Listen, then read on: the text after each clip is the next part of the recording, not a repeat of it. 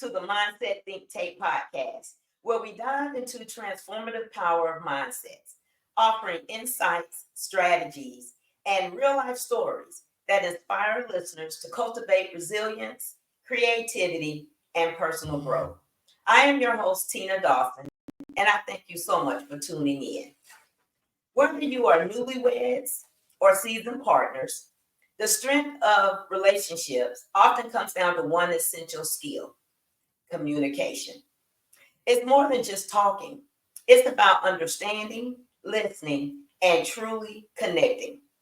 Today, we'll explore the core principles of effective communication that build trust, resolve conflict, and deepen emotional intimacy. We'll dive into common challenges couples face and offer actionable strategies to keep those lines of communication open and healthy. Our guests are here to shed light on what it takes to foster meaningful dialogue in marriage and share their personal journeys. I invite you to like, share, and subscribe to our channel. Invite others to tune in and be inspired. Help me give a warm welcome to tonight's guests, Ucal and Shyretta Palmer. Hey, There we go. Hey, how you doing? Good. How are you? very good. Doing good. I am going to put it on the air. This is one of my favorite couples. And they said yes for me to interview them. So I am just like Queen of England today. Thank you all so much for saying yes. I think this is a very important very important topic because the show is about changing mindsets and perspectives in order to offer a successful life and strategies with tools and tips and strategies. And communication is very vital to growth. And we just so happen today to be talking about effective communication in marriage. So thank you so much for tuning in. Thank you for having us. How's the family? Is the family, everybody doing well? Everybody's doing great. All the kids are off living their life, doing their thing, working, going to college. So all is well with us. How about you? Everybody's good. Everybody's good. Same here. So we're going to start by Ucal. I'll start with you. How would you introduce yourselves as a couple? As a couple, Mhm. this is my better half, right? She's my equal. She's my ride or die. And then she gives me a kick in the behind when I'm doing what I'm not supposed to be doing. Absolutely. Not, she's always been a straight shooter. And she's my best friend. How did you all meet? We actually met through a mutual friend of ours that passed away. Was it last year? Yeah. Oh, So wow. Yes. yeah. So a mutual friend of ours. I knew him for like 10, 11 years. Mhm. He actually coached my oldest son in baseball for several years, and he worked with Shyretta. And so Oh, wow. yeah, so that's how we met. And it was, you could say it was a blind setup to some degree, but there's really not such a thing in this day and age as a blind setup with social media and stuff like that. But yeah, that's how we met. And you want to talk about the lunch? No, we went on our first, the first time we actually met in person. We went to lunch close to where I was working at the time in Kennesaw. And I am a stickler for time. If I have a 30-minute block, I'm taking 30 minutes and I'm coming back. I don't take time. And we sat at lunch for about 2 hours and we just talked. And I wasn't watching the clock. I wasn't watching my phone. I wasn't watching the watch, and neither was he. And it was just like when we were introduced, the mutual friend that we had said that you got to be great for each other because you have lots of things in common, even though you're very different. Mm-hmm. So you have common interests, you can go and do your common interests together. And if nothing comes of it, at least you'll have a good friend. Right. And pretty much that's where it started at. Wow. Yeah, when you say you're a stickler for time, I get tickled because I know why you're a stickler for time. But we'll touch on that at a later time. And when I found that out about you, I started beaming on the phone and I told you why. But we'll talk about that at another time. When you all first met each other, what were there any key moments or conversations that set the tone for say, wanting to take it further? This is a new question because you're the guy. You asked me. Yeah, I am the guy. So He said, I am the guy. So just random thought, right? So that first date, or it wasn't date, that gathering, right? Mm-hmm. I was actually there about 30 minutes beforehand. Okay. It just happened to be that I had the day off. It was towards the end of the year, so I was burning some PTO. And I just sat there and I was parked somewhere clandestine, just looking to see. And I already knew I saw her, so she walked in. But for me personally, it was the conversation literally for about 2 hours, right? Mm. We weren't looking at phones. We were working at looking at watches. Matter of fact, it took us probably about 30 to 45 minutes to even order something. And so we just talked about, upbringing and, we had both been married previously. So we talked about that briefly. It was just very great conversation. Like, I know for me personally, I left very happy. I was like, oh, okay, this is cool. Right. Because no pressure. Right. So how about you? Oh, for me, it was, that was a beautiful date because we got to know each other. But for me, it was when he was the band booster president, I believe, and for his daughter's high school, my boy's daughter. And he said that, I know that I have a busy schedule, but every week I'm going to take you on a date, and choose the day you want to go on a date, and I'm going to take you on a date. And I was like, okay, so I'm going to pick Wednesday. This is the middle of the week. If you make this happen every Wednesday, I believe you. And as sure as the sky is blue, every Wednesday, he took me on a date for about the first year and a half, 2 years that I knew him. Year and a half? Yeah. Every Wednesday. So let me ask this. So Ucal, you were why was it so, I was about to answer the question, but why was it so important for you to show Shyretta how intentional you were about getting to know her? So I know that in order for the any potential relationship to develop, I was going to have to dedicate some time. Mm-hmm. And I knew my schedule was very, very busy, right? And so I made it a point that I think the Wednesday was a curveball to see if I could pull it off, to be honest with you. But when I actually started pulling it off, I could tell it impressed her. And even during that year and a half, I was doing other stuff with baseball umpiring, things like that. And it just happened to be 16? Yeah, 16. Her birthday fell in July. Her birthday's in July. And I had to go umpire out of state. So I took her. I said, it was a Wednesday. I said, we going for your birthday. I know I'm going to be gone, but we're going to be for your birthday. And then that following Wednesday, got back from Florida. We're right back to it again. So, but that showed her, I'm sure, well, we're married now. I'm pretty sure that I was willing to invest the time. And I made sure that Wednesdays that I didn't plan anything. Like, there was nothing, there was no meetings or anything else like that during that time. So that this is your time. You either gonna love me or hate me after this, but it's gonna be your time. So Shyretta, so when looking for a mate, why was it important to you for him to be a man of his word and for him to be consistent, the consistency? For me, all of that kind of goes into the intention of it, and me and like I said earlier, being a stickler for time. Time is one thing that you can spend as much time as you want, but you never get it back.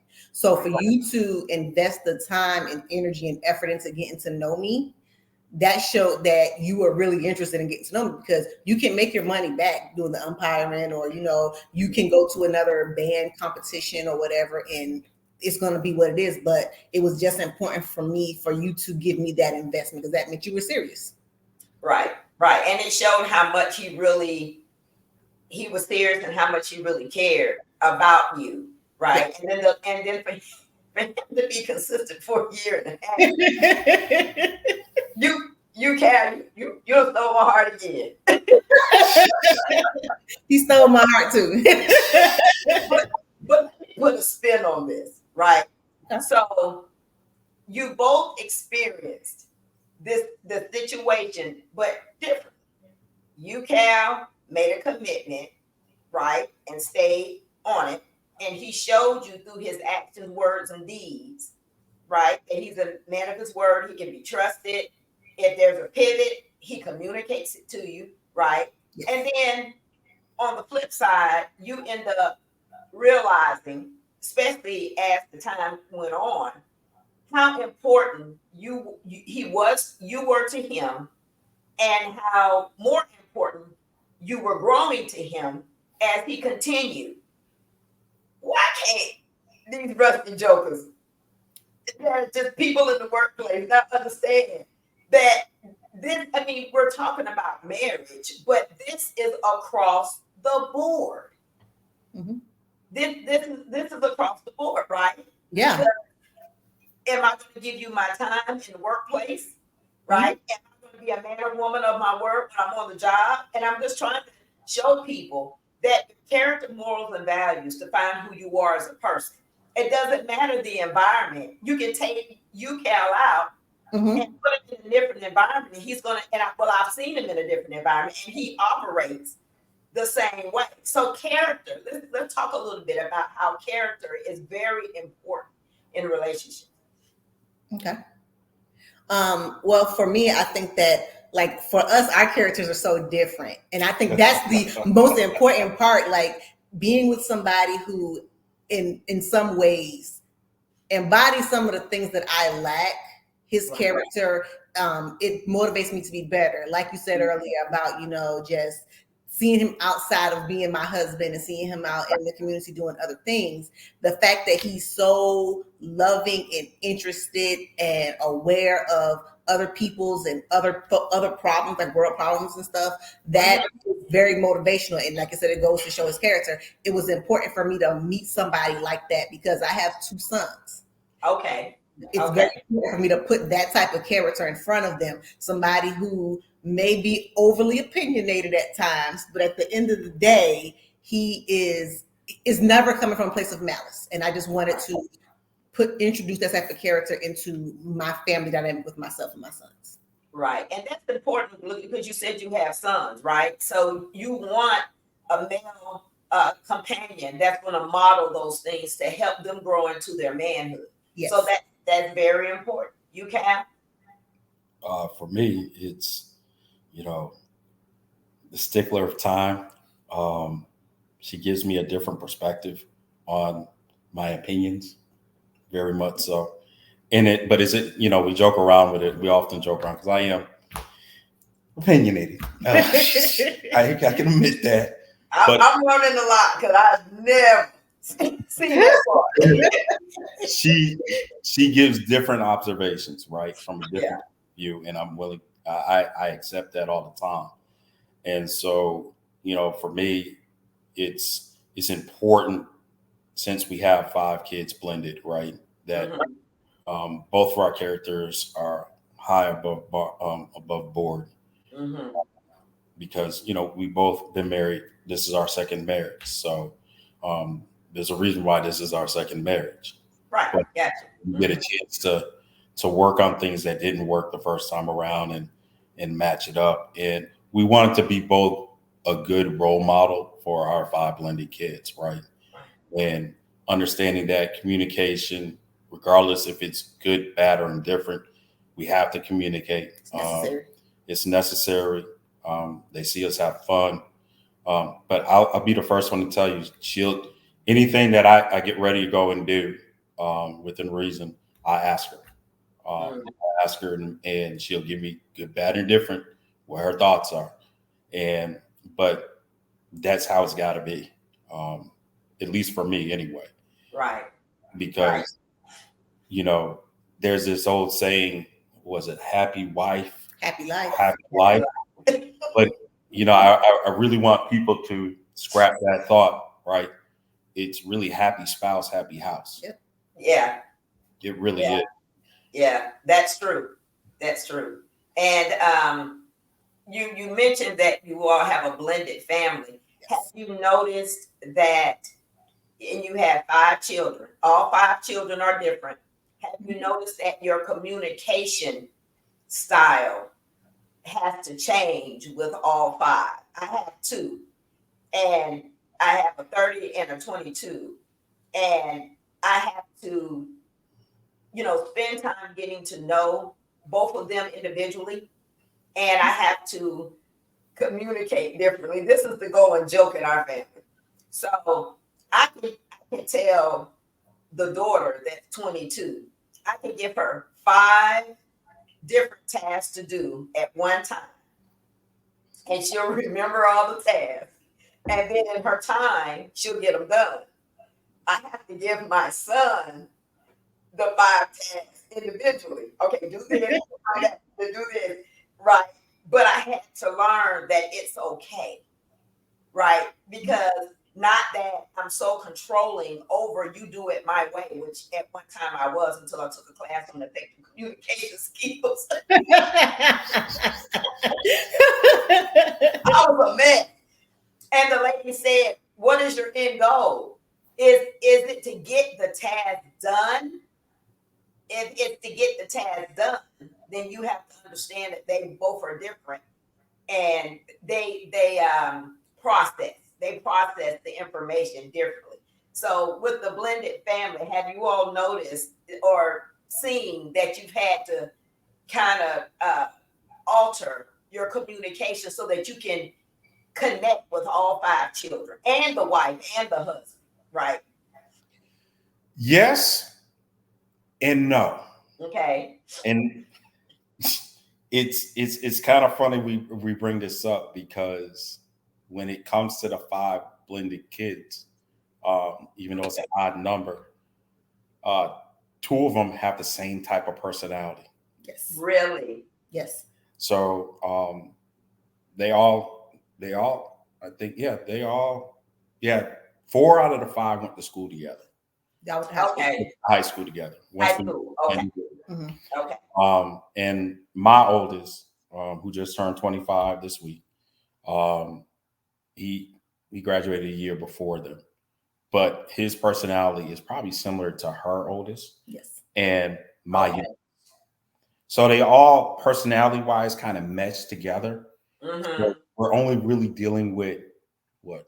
2.5 personalities. 2.5 personalities in the communication. That's pretty good on a family of 7. Yeah. Well, you got 5 kids in the 2 of you. Oh yeah.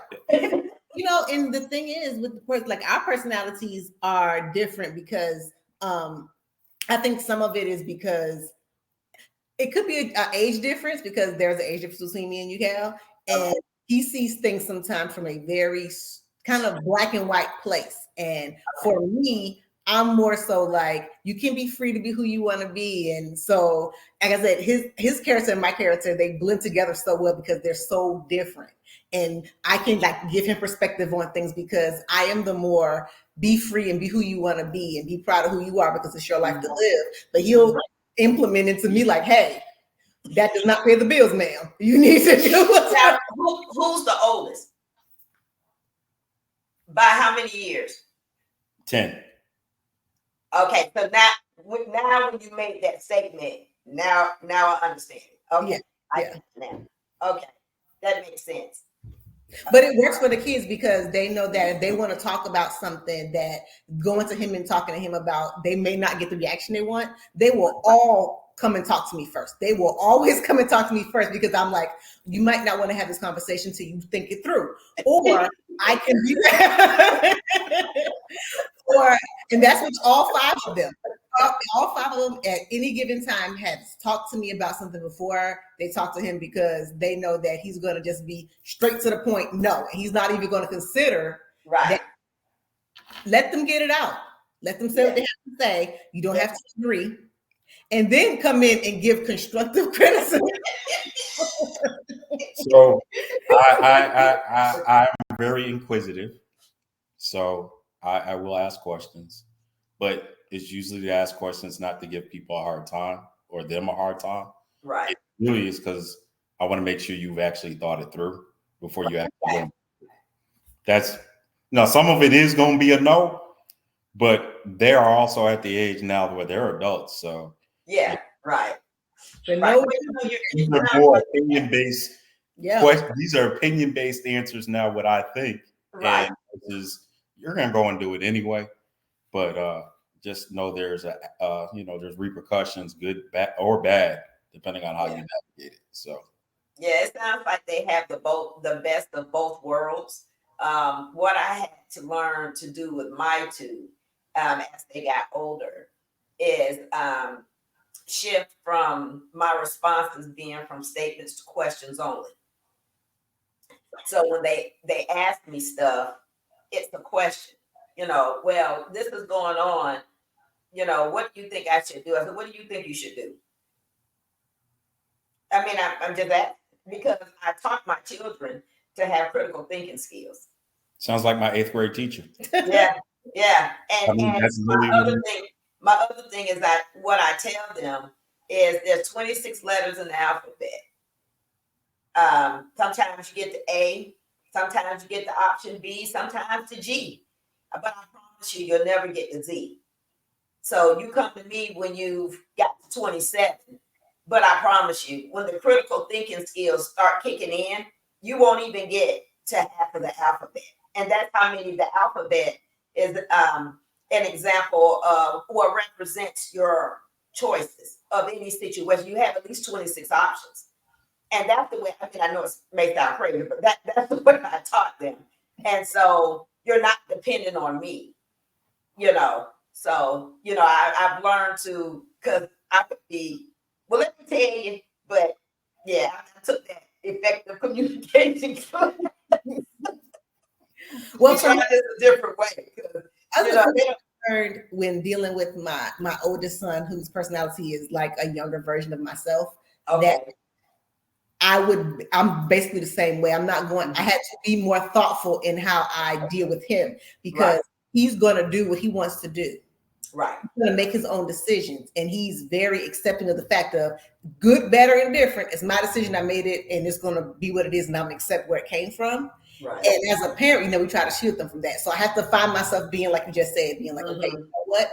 Ask the questions. Do not interject your opinions first. And it usually works out better for the person that's on the other person in the communication. Like instead of me forcing my opinions and thoughts on you, you're giving me some insight into why I need to have another opinion. And that's another thing about me and Ucal's relationship. And like I said, our differences, and it makes it so easy for us to communicate well is because of the fact that I'm open-minded to whatever he has to say. Right. Gotcha. I don't have to like it or agree with it, but I'm open-minded to whatever he has to say. He has shown me that he is open-minded to whatever I have to say. Agree or disagree. He will listen to me and hear me out. And if it's not going to go well, usually he will articulate it in a way to where I don't feel that I'm under attack. Right. So you mentioned the word listening. How important is in the effective communication class that I taught?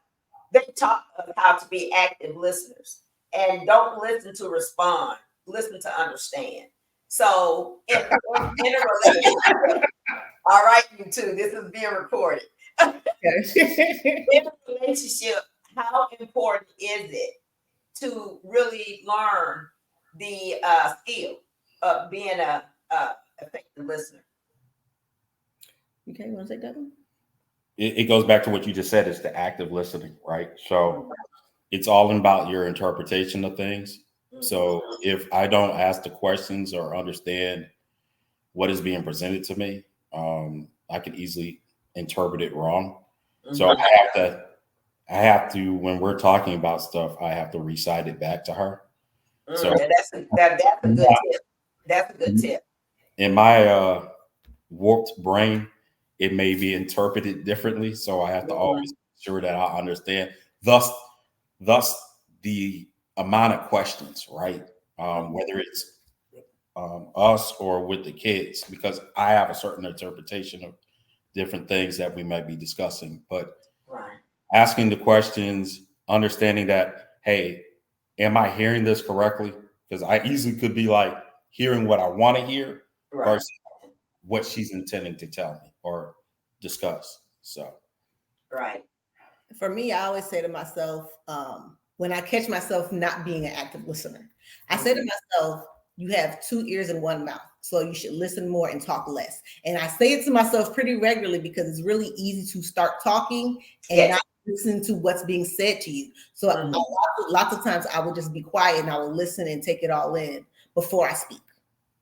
Yeah. Because you can take the words back once you say them.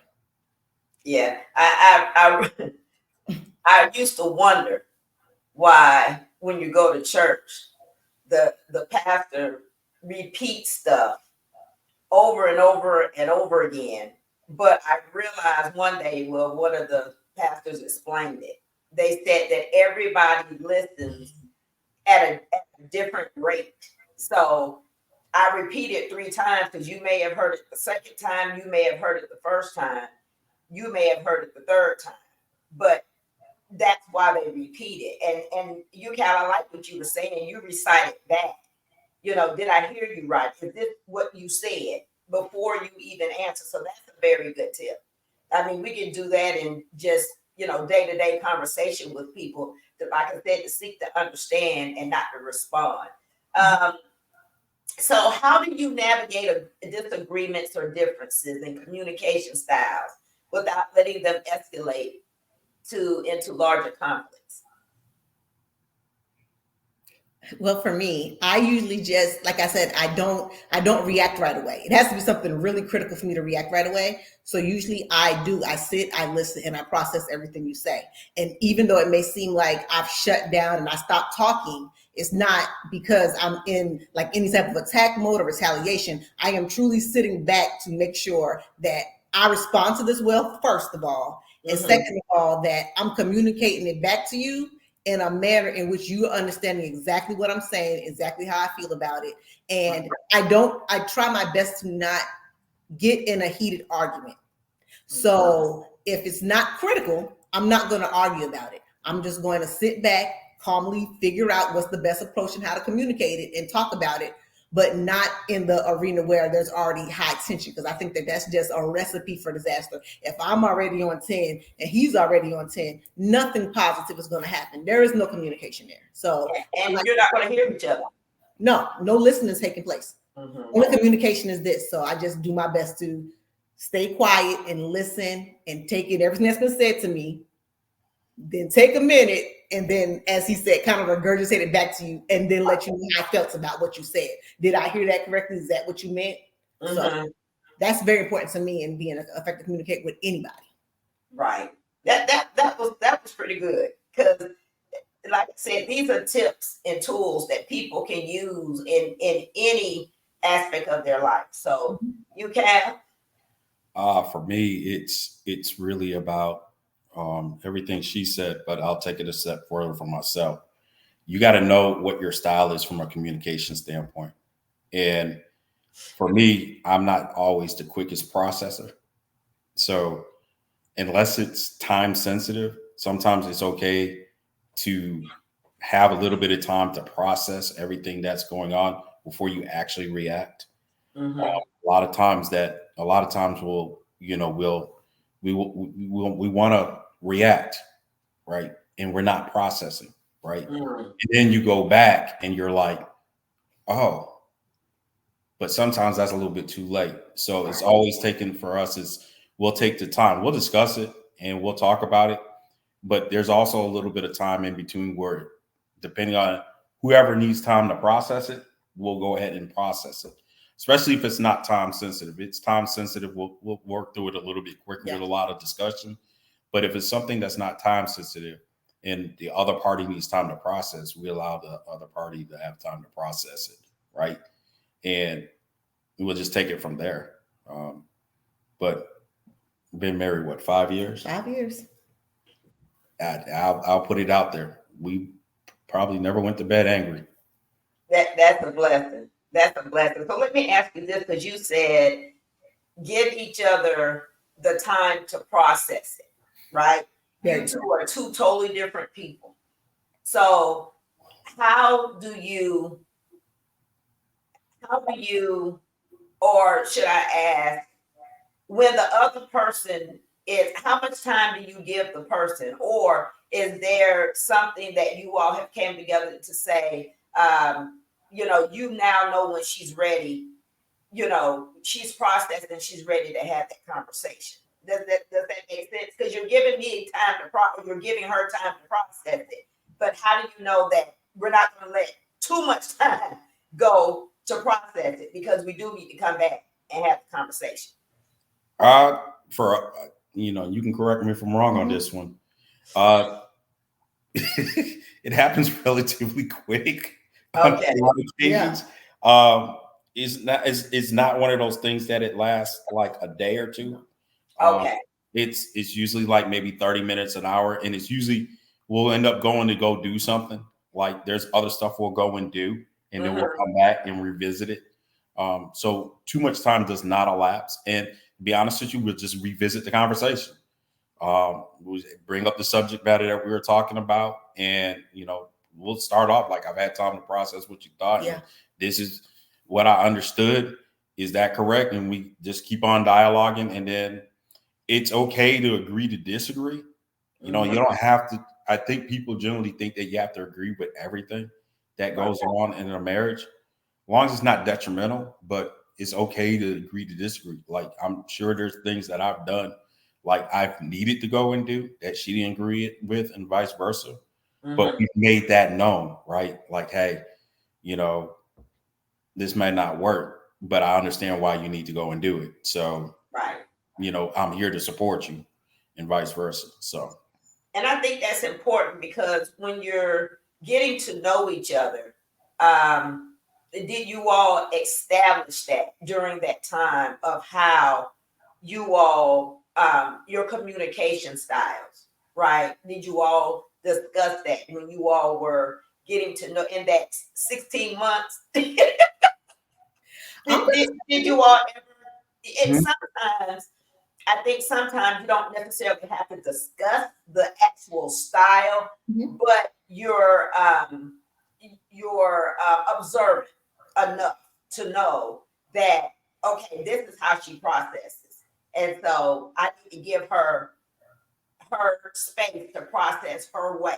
Because sometimes I've seen in couples that you have one person is type D or controlling, so you have to process it my way, or I want to talk about it when I want to talk about it, and that person's not finished processing, and that's not healthy for anybody, right? So you got to let the individual be who they are.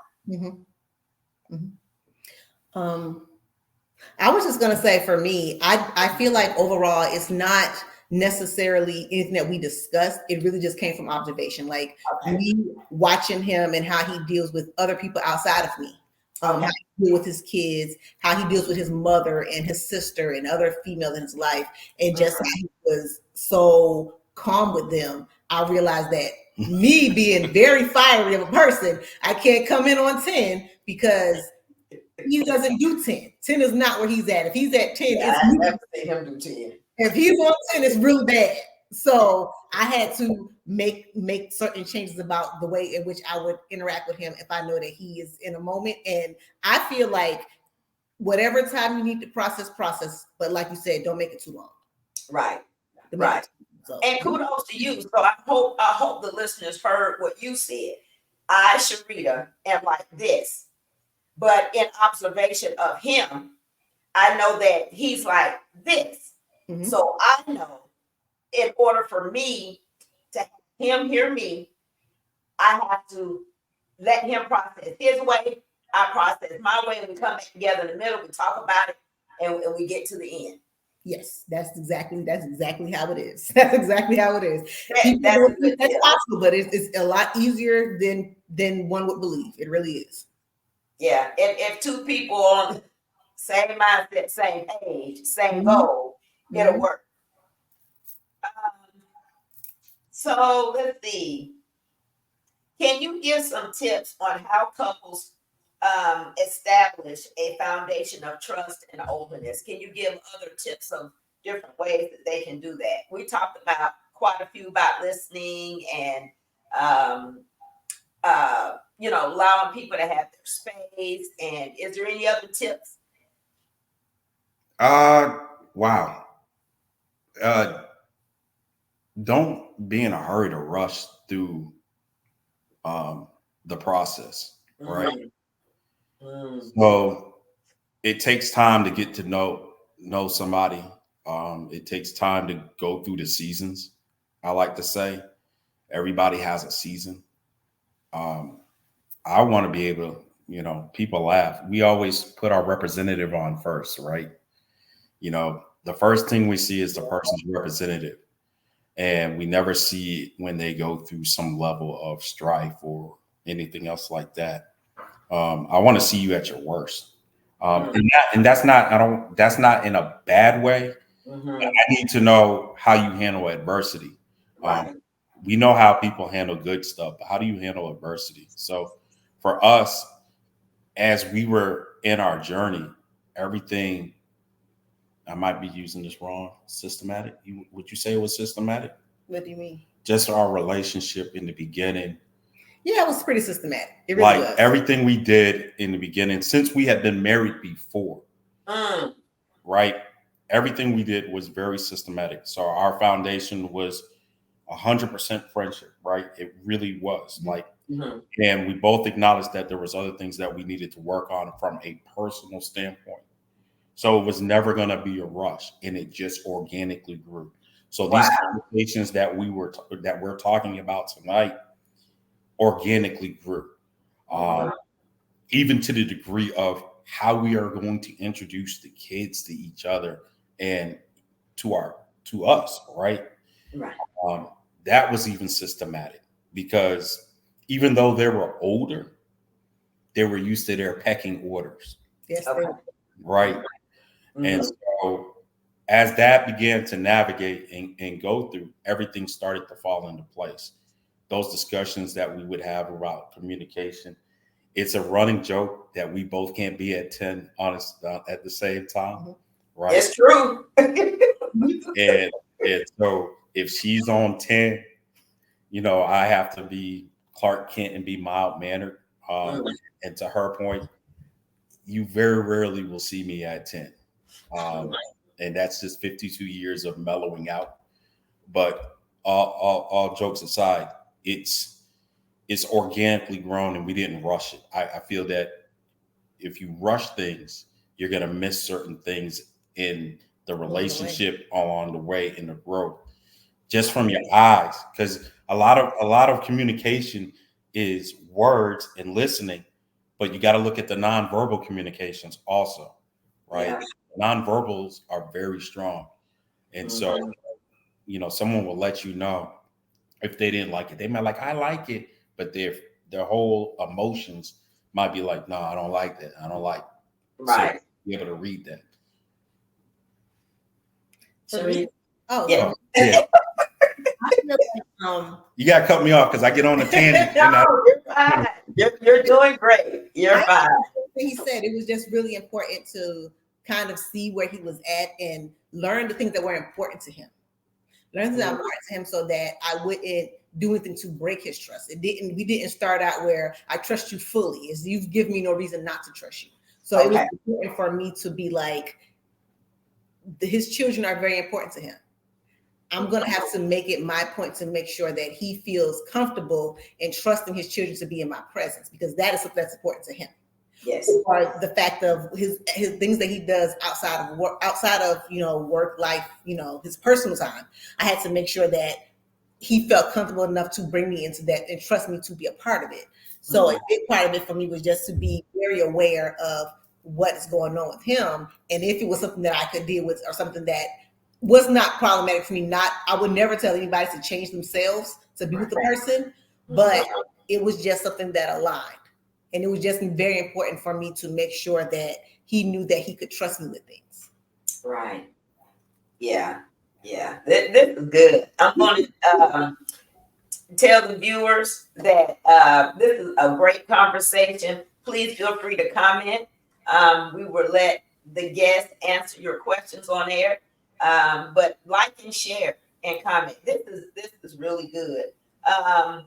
It was one thing that you said, and I had a question at the top of my head. Oh, you said that this is your second marriage. Yes.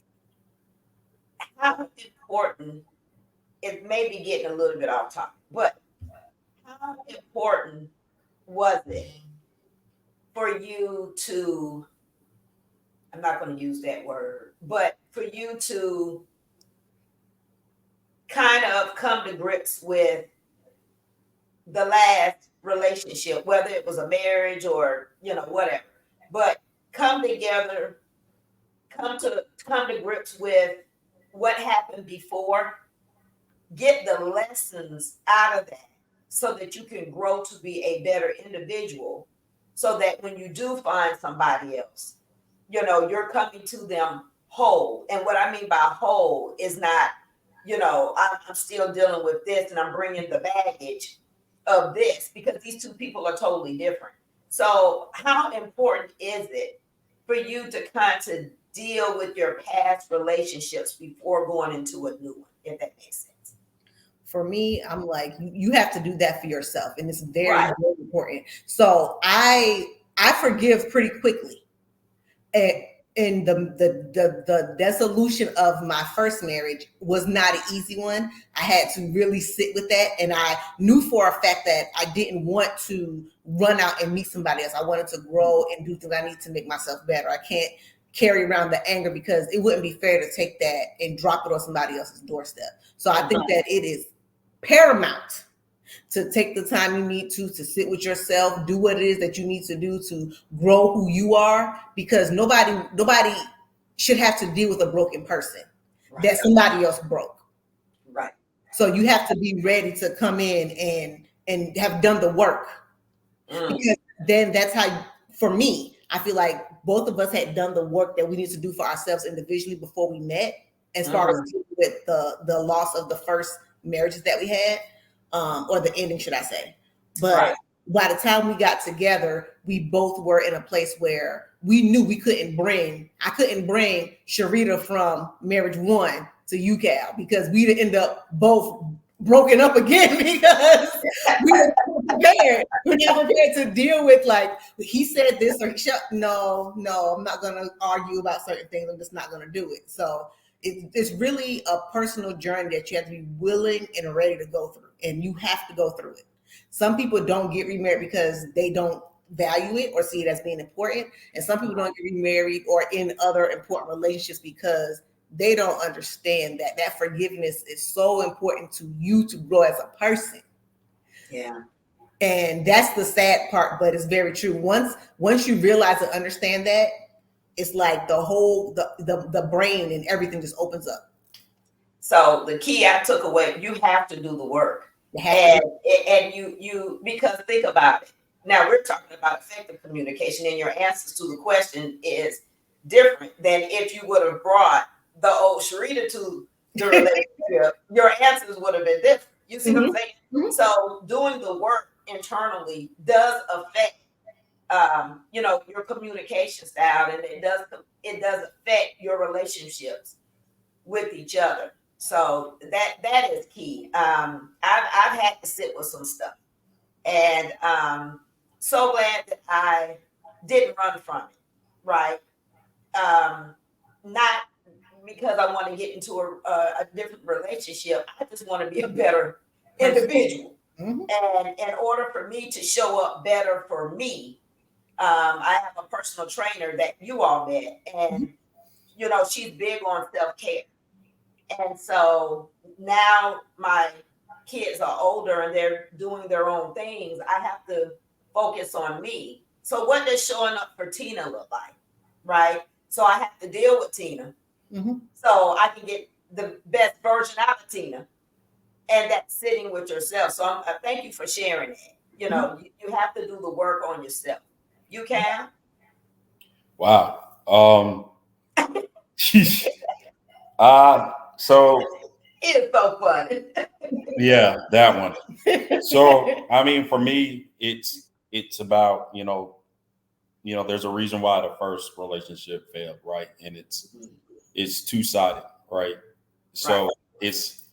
it's being able, for me, it's being able to wake up in the morning back then and say, do I like that individual?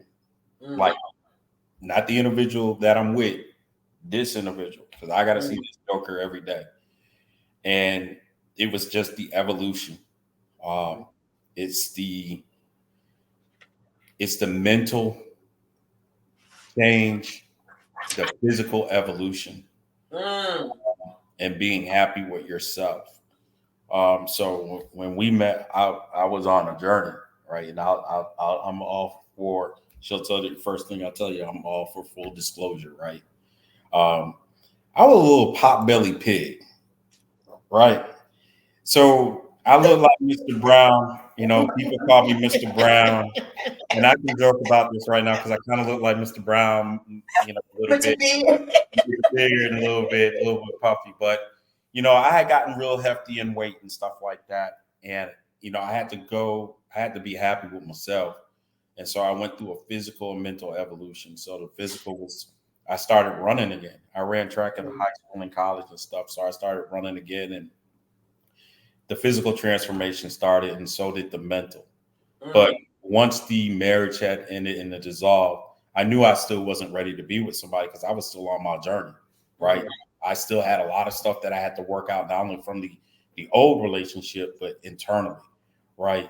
And so, that's why meeting my beautiful wife right now was such a journey, because we weren't looking for, and you'll echo this, we weren't looking for a relationship. We really weren't.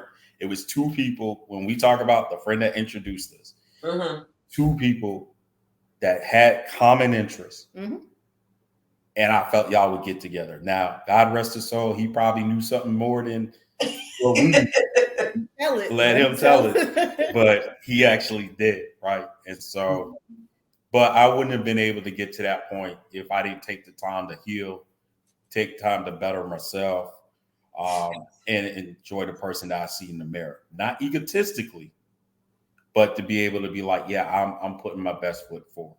So, right, yeah, you have to do the work. Yeah, that was powerful. So what advice would you give to other couples struggling with communication in their marriage? Are there any specific practices or approaches that have been game changers for you? Any advice? Yeah, you start first. Oh, okay. This is probably unpopular to some degree, but everybody can't be in your relationship. Ooh. Right? And I mean that friends and family, everybody can't be in your relationship, because there's a lot of people out there that do not want to see you succeed. Right? This is our relationship, right? Now, if we need to go get some help, don't be afraid to go talk to a counselor, because that's a neutral base, right? He or she don't know you, and you don't know them. Right. But I forgot the question. The question was any advice you could give. Oh yeah, sorry. Yes, and we don't allow a lot of folks into our relationship, right? What stays under this roof, what goes on in this roof stays underneath this roof from our relationship. And so, with that being said, because it's our journey, right? That's true. It's our journey. We know our personalities and things like that. And so, you know, don't be afraid to, if folks can't see eye to eye, to bring in somebody else that's neutral, um, to break down barriers, um, and understand it's okay, depending on the situation, it's okay to disagree. It really is. It gets boring when everybody just agrees with you. Right. Yeah. It really does, right? Babe, I want to go buy this new car. Oh, go ahead, buy this new car. And then next thing you know, you're struggling financially. Right. I told you not to buy that car. I'm gonna buy the car. Just joking around. But seriously, like this, you know, relationships are hard, right? Just like when you go to the job, you know, it's hard. You got to communicate. You got to have the person have the ability to have their own space, because in our case, we had lives before we got together, right? So even though we're together, her life is important. Her friends are important, just like my activities and my friends are important. So you got to allocate time for that. And there's enough times that we do stuff together and things like that. But it's important that you don't lose yourself in a relationship. And I think a lot of cases, sometimes we do. We sometimes lose ourselves in a relationship and we forget who we were or are, because we're so absorbed in that relationship or that person, not knowing that the good qualities that you brought into the relationship and the good qualities that she or he brought into the relationship, that's what made y'all work in the beginning. And now one of y'all lost y'all good characteristics because you came absorbed in the relationship. And time elapses, and next thing you know, you're scratching your head about certain things. So yeah, I've always said that you have to have, I think the biggest thing that I learned, because I'm a divorcee too, but after a certain number of years, I don't check that box anymore. I just go back to single. But but one thing that I've learned is that the biggest takeaway was, when you think about getting married, um, you have to have already gone on the journey of self-discovery and know who you are before you say I do. And it's not a situation where this person is going to be my savior, or he's rescuing me or she's rescuing me, because people evolve in relationships. And so as people evolve, 3 years from now, you're not the same person. And then 6 years from now, you're not the same person. And that's something that society teaches you. I did not learn that. I don't even remember seeing that, hey, you need to go on this journey and find out who you are, so you can bring your authentic self to this person. And I think when you do that, then you have a situation like you and Shyretta, where I can accept you for you, you can accept me for me, and we're gonna do this, but then we're gonna do this, and we're gonna be fine, right? Because she doesn't complete me and I don't complete her. That's another thing people say. And I tell young people, whoa, whoa, whoa, whoa, whoa, whoa. Nobody completes anybody. You're supposed to bring something to the table. I told my children, there's something in life that you all supposed to do individually, and then there's something in life you're supposed to do with somebody. So even though you get with somebody, you still have an individual thing that you have to do in your life, right? But so sometimes when you have to take in that journey of self-discovery, you try to control this person's process, and you can't do that, right? Thus you have all these other statistics and stuff like that going on. But I think that's very key. And the role of self-discovery for both of you was beneficial, so that when you did get together, we see what's on the screen. And I mean, when I first met you all, I could tell. because it wasn't like she's my wife. It was she's my friend. And then when you introduced her to me, we were sitting at a table. I don't know if you remember this, Shyretta, but we was at the Sigma Zeta Foundation, and Ucal said, "Hey, Tina, I want you to meet my wife, Shyretta." And you smiled, and I was like, I told him, I said, "You know, you my guy, but this, oh, I love her. This girl right here." And so he was like, "I'll be back." I don't even know, Shyretta, do you know when he got back? He was gone for a while. It was a while.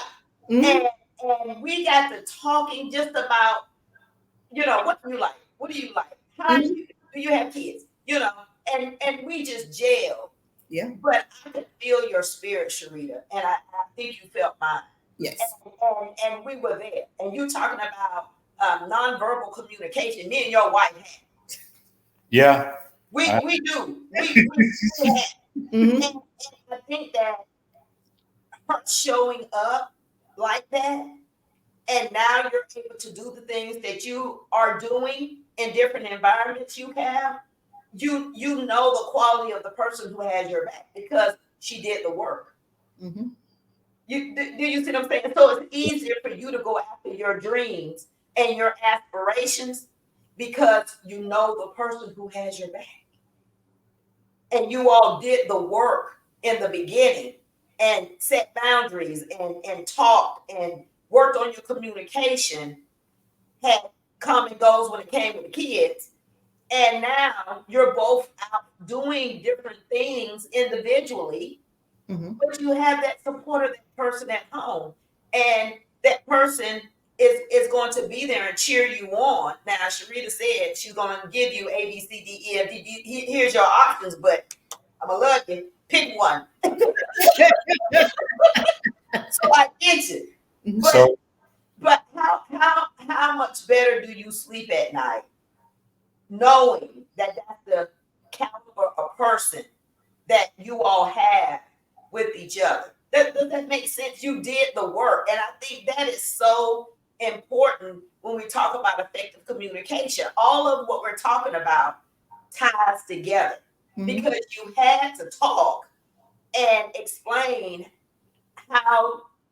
what you all expect from each other in order to get on that same plane, I guess. Yeah. I sleep good. I sleep good with a T on the end. I sleep good. Because, like you said, I did the work, and the work wasn't easy. So it's like this is the payday. What they say, the land of milk and honey. This is, and I'm sleeping good over there in the land of milk and honey. Like you said, you don't have to agree on everything. And as long as it's what did I say? I said it don't have to be on time, but it has to be right. Yeah. Like it don't have to look how you want it to look, but it just has to be right. It don't have to be perfect. It just needs to be right. And I sleep good at night knowing that I did the work, not a perfect person, and I have a equally yoked person with me. I have a spouse that is like my equal, very different person, but we make it. And I know that he'll have my back. Yeah, that's no doubt there. And there's one thing I want to throw out there, and I've mentioned it at certain events and stuff like that. And I stand fast, but I said I do the things because my wife allows me to, right? Because if it's going to take too much time from her, she's going to let me know. Right. And so I'm not afraid to sit there and say that because I know I'm busy.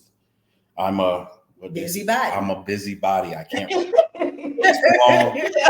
But, her support and everything allows me to be able to do the things I need to do. And if when she raises her hand and says she needs stuff to go and do, I'd be like, hey, I got you. Y'all got it. I got to be over here. Right. And there's been several instances where that has occurred. And, every Wednesday. It goes back to the every. Okay, I was saying, y'all still doing date night? Well, no, we it's more into different things. During the pandemic, we started to go back to a different variation of it, and it was like we would do charcuterie nights every Wednesday, and that would be our time where I put together a charcuterie board. We both love bourbon, so we'd have bourbon, and we would do it every Wednesday. And a lot of people don't understand it. So we've been married 5 years this past September. Mm-hmm. And we got married in September of 2019. Well, Okay. you know what happened soon thereafter, right? Mm-hmm. We were locked down. So we spent the first 2 years of our marriage Together in lockdown. Wow. When there were folks, when we came off a lockdown, getting divorces and stuff, you know, I remember the first time I sat foot in the office in 22, I think. Mhm. Yeah, it was late 22. The first question they asked is, "You still married?" I said, "Why the hell do you think I'm not married?" I'm like, "Oh, because I'm like, oh, I'm sorry." I'm like, but we spent 2 years together, so we got to really know each other those 2 years, and we had a house. You know, obviously we had a house full of, you know, kids during that time because they're home from school. But, you know, during that time, we still managed to give each other space. Like, right? You know, I worked upstairs or downstairs. She worked upstairs. And until I got bored, and then I started to come upstairs and start working and stuff like that. But, you know, I think those 2 years really solidified what you see in front of us. Because the one thing that we get is we have folks that think we've been married for like 20 years, like a long time. And I think it was 5. No, it was 5. Yeah, No, when tell you the number. Yeah, I thought we all were together longer. I did, honestly. No, because when I text you and I ask you that, that's why I didn't text back. I didn't get a response back. I'm like, oh, I said okay. You got the message. Cool. Oh, she asked the question. I gave it to her. So okay, cool. There's no way. Well, thank you all. We're at the end of the show, but thank you all so much. This was a great interview. And I have this saying that knowledge is power, but only applied knowledge brings transformation. And it is my hope, their hope, our hope that the viewers took away some nuggets and some tips that would help them to foster better or effective communication in their lives, whether it's in their marriage, whether it's, with their family members, just across the board. Because I think the tips that you all gave can actually, help in any area of a person's life. So I just want to say thank you so much for being on tonight's show. And to everyone else, thank you so much for tuning in tonight. And we will see you on the next broadcast. Thank you. Thank you for having us. Have a great one.